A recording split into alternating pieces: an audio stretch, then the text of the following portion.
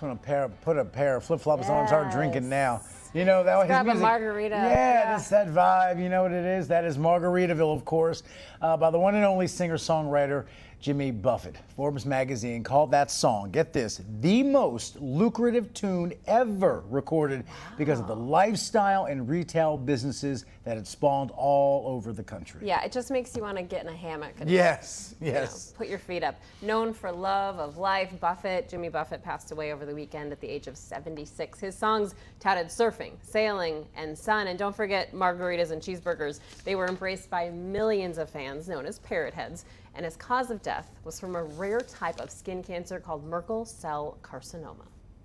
Scott Atwell knows well the life and times of Mr. Buffett. He is a fellow Key West resident and the author of Buffett Backstories, 50 Years, 50 Songs. Scott, thanks so much for giving us some time this morning to reminisce about this legend that we lost. The Washington Post put it this way, a style piece I thought said it all. He was our nation's barefoot boomer style icon, a kind of Pied Piper of vacation land, and perhaps more crucially, whose style vibe came to stand for modern escapism, getting away from it all, mellowing out with a few days off. That's kind of what his life and look and music represent. Getting away from it all, having a good time. It's 5 o'clock somewhere. Yeah, so the key to his success is his authenticity. These were not made up songs. They were autobiographical. He lived them. And because he lived them, we as listeners could believe that one day we could live them as well. But until then, we'll just live vicariously through him. And that's how he created the lifestyle brand, because he was living it. When he needed to write a new album, he got in his sailboat, he sailed south. He had journals he wrote in longhand of people and places that he encountered, and he turned those into songs. They were real. So he was sort of a travel writer, a travel guide for us. He took us places, and it was very special. Scott, do you have a favorite Jimmy Buffett story? Wow, what a great question, Maritza. There's so many because he recorded over 350 songs. And the thing that made my book possible was that each of those songs had a story behind the story. I guess I'll give you this one. It's a song you probably have never heard of. It's called Chanson pour les petites enfants. And the first time he ever sailed into St. Bart's, he was moored there, and these 3 kids came up in a boat, a little skiff, and they said, "Mr. Buffett, we are the children of the moon." And they handed him beignets and coffee. And he sort of adopted those kids for about a week.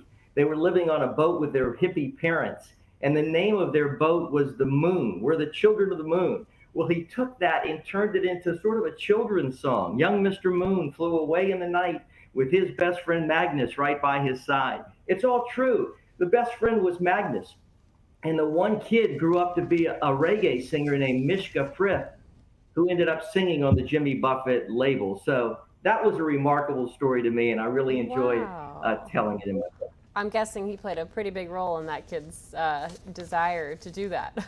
Oh, yes, he did. Yes, he did. And now that kid is living in Hawaii and covering Jimmy Buffett songs. Wow. Isn't that amazing? And listen, we think of him as kind of this monument to beach life and to relaxation and have a margarita. And who doesn't enjoy being outside? And there's the water and the sun and people having a good time. But what he turned all of that in to a very serious business. Dozens of restaurants all around the country. Going back to that Washington Post article they wrote, he had become a mogul with a fleet of lawyers who might sue anybody who thought about putting margarita in the restaurant's name. So yeah, he knew how to have a good time. Well, he also knew a thing or two about business, it would seem like, huh?